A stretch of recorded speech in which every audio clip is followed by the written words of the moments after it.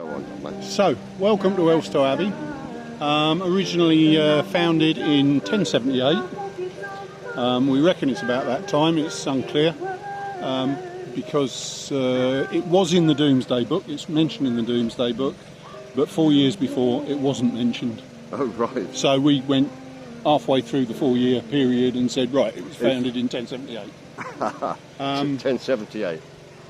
And it was founded by Judith, who was the wife of one of the Saxon lords, and he was actually against.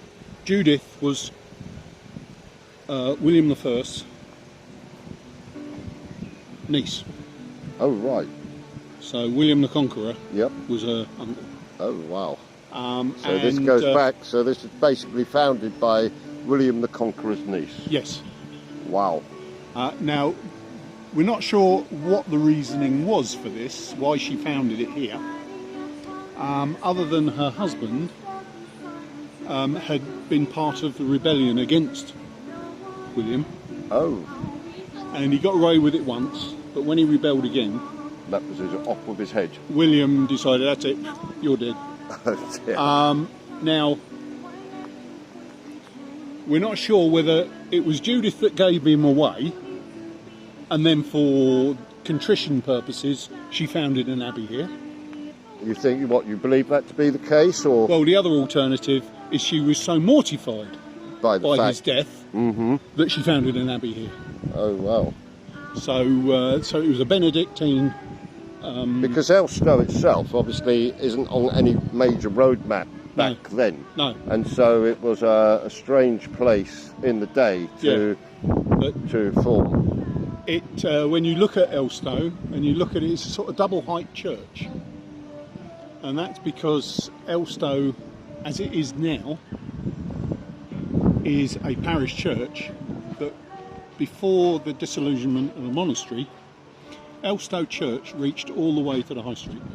Yeah, which would have made it about half and more again, or again twice as much as it is today. Easily twice as much. Yeah. And the other extraordinary thing about this is that the fact that the bell tower is completely separate. Yes.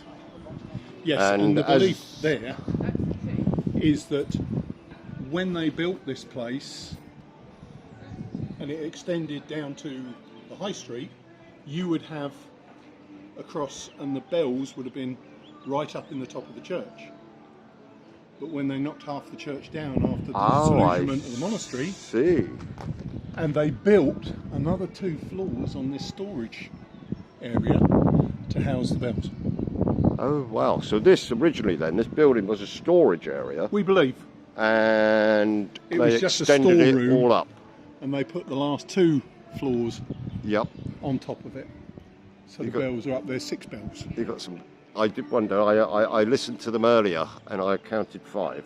Yeah, there's 6 bells in it, Steve. Yeah, 6 bells. Yeah. All the details on the website, actually. All right, mate. He's the bell captain. Ah, right. Yes. So it's one of only 2 or 3 churches in the whole of the land with a separate bell tower. With a separate bell tower. Yeah, and it is. Yep. Go on, David. This is the north entrance to the church. Now, originally, this didn't exist. What does this depict here, David? Do you know? I am not too sure, to be perfectly honest. It's just one of those sort of religious type depictions. Yeah, could be a saint either side, or that's what I'm thinking. Yeah. Or that could be the archbishop with 2 it could be a clergy. That's what I would have thought. Yeah, because when you look at an altar, it's usually that's it. Exactly. Two seats either side of the altar. And it is really, for a parish church, it's quite a large one, isn't it? Yeah, well, if you think about the fact that it was originally built as a cathedral, and it vied with Peterborough as the cathedral town of Bedfordshire. Yep. But Peterborough won. So actually, a lot of the stone was taken down, and the disillusionment of the monastery, this face here with the stained glass windows in. They knocked the church down, and they brought this forward. Yep. Back to this point here, and this became a parish church. And the other historical point of this church is the fact that this is where John Bunyan was baptised. Yes, John Bunyan was baptised. And we have the font over here, where John Bunyan himself was baptised. And his two daughters.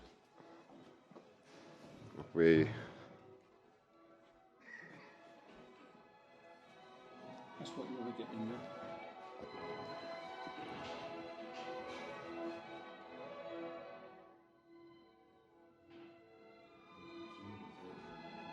And we have on the side here face of the lady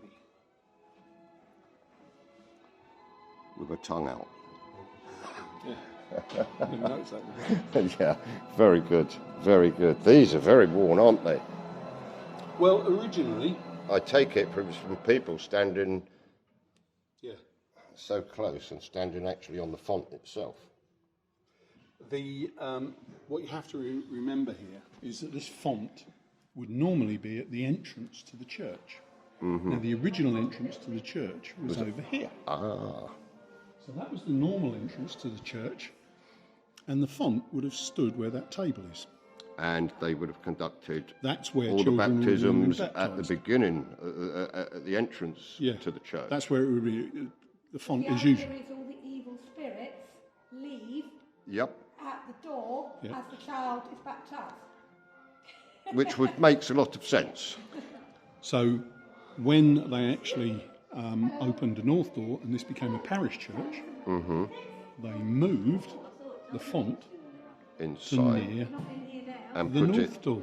Oh, did they really? So that's why it stands here. Now, originally over there, it was all plumbed in.